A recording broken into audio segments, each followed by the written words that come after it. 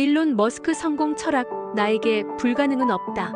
두 번째 사연을 소개해드린다. 1. 일론 머스크를 언급하고 있는 음악과 영화 사례들을 알아본다.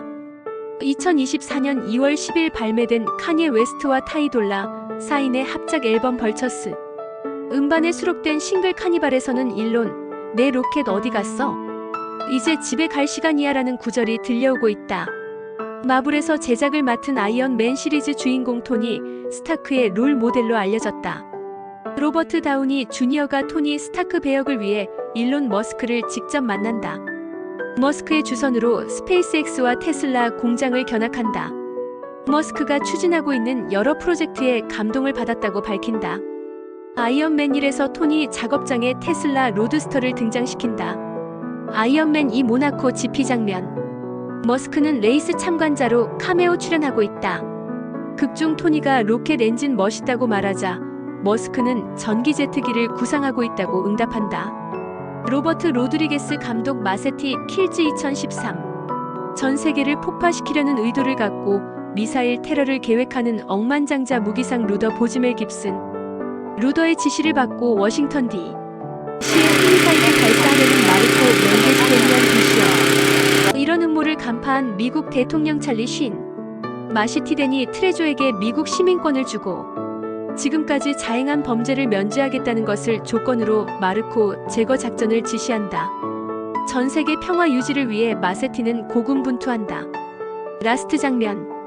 개발 중인 화성 탐사 프로젝트 스페이스 X 홍보를 위해 일론 머스크 실명으로 카메오 출연하고 있다. CBS에서 방영한 시트콤 빅뱅 이론 시즌 9 9화. 추수감사절 무료 급식소.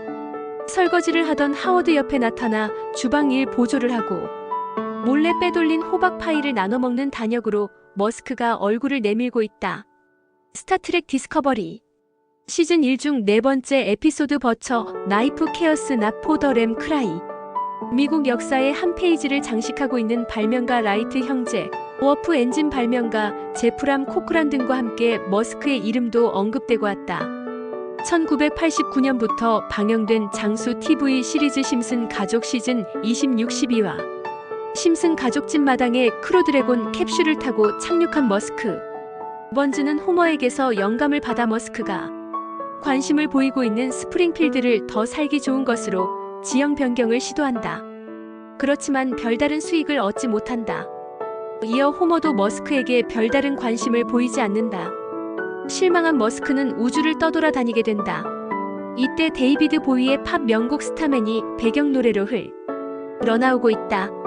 맨 인 블랙 스핀오프로 공개된 맨 인 블랙 인터내셔널 2019. 런던에 본부를 두고 있는 맨 인 블랙 기지에서 활약하는 비밀 요원들의 활약상을 다루고 있다.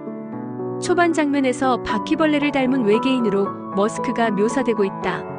HBO가 2020년 5월부터 방영한 6부작 드라마 스페이스X. 2017년 출간된 일론 머스크, 테슬라, 스페이스X, 판타스틱 퓨처를 각색한 작품이다. 일론 머스크가 경험에서 얻어낸 실전 명언. 회사를 만들기 위해 회사를 만드는 것이 아니라 일을 끝내기 위해 회사를 만든다. 사람들이 교육과 지능을 혼동하는 게 싫다. 대학을 졸업하고도 여전히 바보처럼 행동하는 것은 바로 이런 착각이 있기 때문이다. 높은 개념을 갖고 허세를 부리는 데에 시간을 보내지 않는다. 대신 엔지니어링 및 제조 문제를 해결하는 데 시간을 보낸다.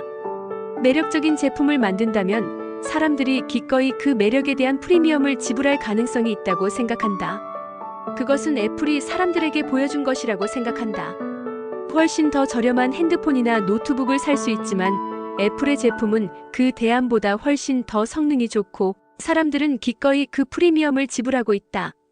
세상을 변화시키거나 미래에 영향을 미치거나 사람들이 주목할 만한 놀라운 신기술에 관심이 있다.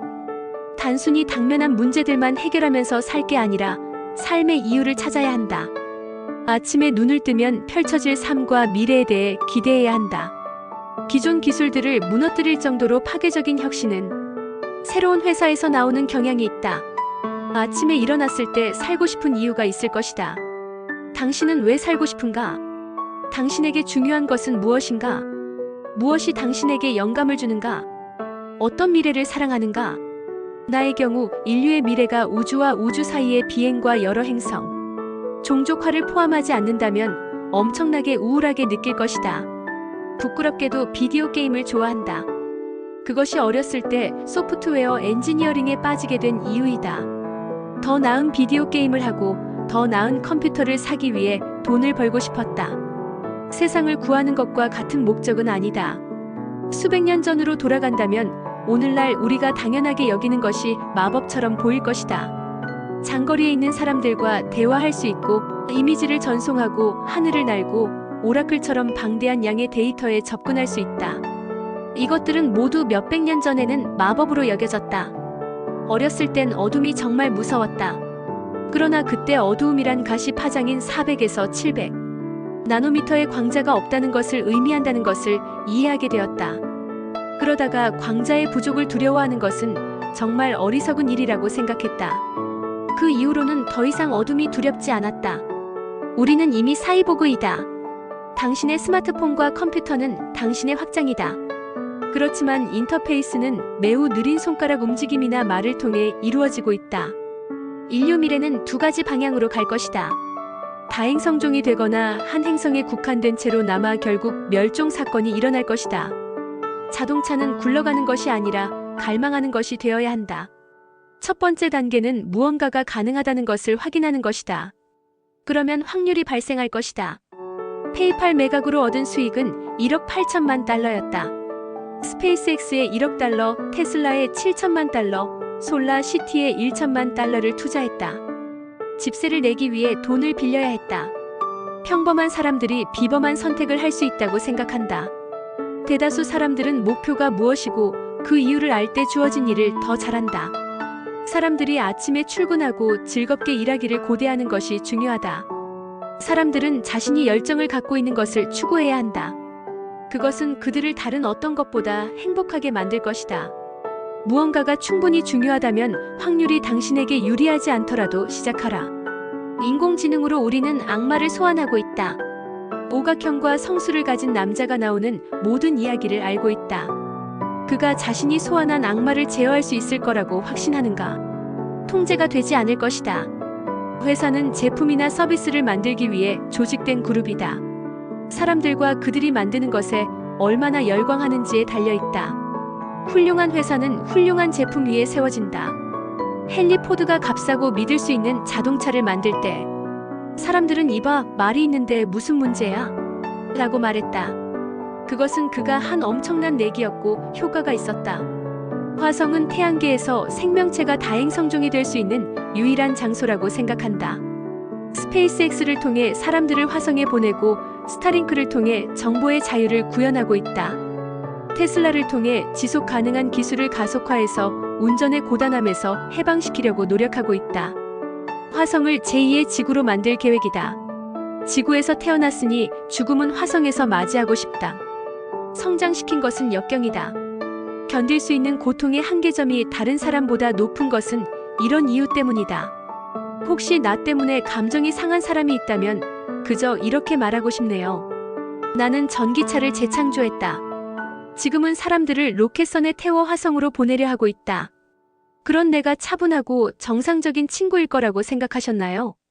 아버지가 어린 시절 매번 바보 천치, 멍청이라고 불렀어요. 이런 정신적 학대 때문에 내면에 어떤 것이든 외부로 드러나는 것을 차단하려는 것이 유일하게 내가 할 수 있는 반응이었다. 이런 감정 차단 밸브는 냉담하고 무감각하게 만들었지만 한편으론 기꺼이 위험을 감수하는 혁신자가 되는 데에도 일조했다고 본다. 두려움을 차단하는 법을 배웠죠. 두려움을 차단한 사람이라면 기쁨이나 연민 같은 감정도 차단해야 했겠죠. 슈퍼히어로가 등장하는 만화책은 어린 시절 나를 매료시킨 대상이었죠. 그들은 항상 세계를 구하려고 노력하잖아요. 생각해보면 속바지를 겉에 입거나 몸에 딱 붙는 철제 슈트를 입은 것이 이상하지만 어쨌든 세상을 구하려고 애쓰잖아요. 종교, 물리학 등에서는 우주는 어디에서 왔으며 왜 존재하는가? 처럼 정작 중요한 질문에 대한 답을 내놓지 않고 있다. 이러한 지적인 갈망을 공상과학 소설을 탐독하면서 어느 정도 해소할 수 있었다. 미쳤다고 생각되는 긴박감을 주는 것이 나의 기업 운영 방침 중 하나다. 긴박감은 그 자체로 효과가 있다. 연구진들이 해낼 수도 있겠다고 생각하는 선에서 공격적인 일정을 정하면 그들은 더 많은 노력을 기울이려고 노력한다. 비현실적인 데드라인이 매우 효과적인 결과물을 얻을 수 있다는 것이다. 스페이스X를 통해 인류를 화성에 보낼 것이다. 스타링크를 통해 정보의 자유를 구현할 것이다. 그리고 전기 자동차 테슬라를 통해 지속 가능한 기술을 가속화해서 운전의 고단함에서 해방시킬 것이다. 돈이 아니라 인류를 위해 나 자신의 꿈을 쏟아왔다. 나의 성공 비결 7가지는 다음과 같다. 첫째는 시간을 가장 소중한 자원으로 여겼다. 둘째, 독서광이었다. 세 번째, 모르는 것에 대해 알고자 하는 엄청난 호기심을 갖고 있었다. 넷째, 최고의 인재들을 위해 아낌없이 투자한다. 다섯째, 내가 창업하는 모든 회사의 가장 큰 목표는 지구상에서 산업의 낭비를 종식시키는 것으로 설정했다. 여섯째, 비즈니스를 혁신시켜 부가 이익이 따라오도록 했다. 일곱 번째, 회사 구성원이나 인류에게 멋진 비전을 보여주는 것이다.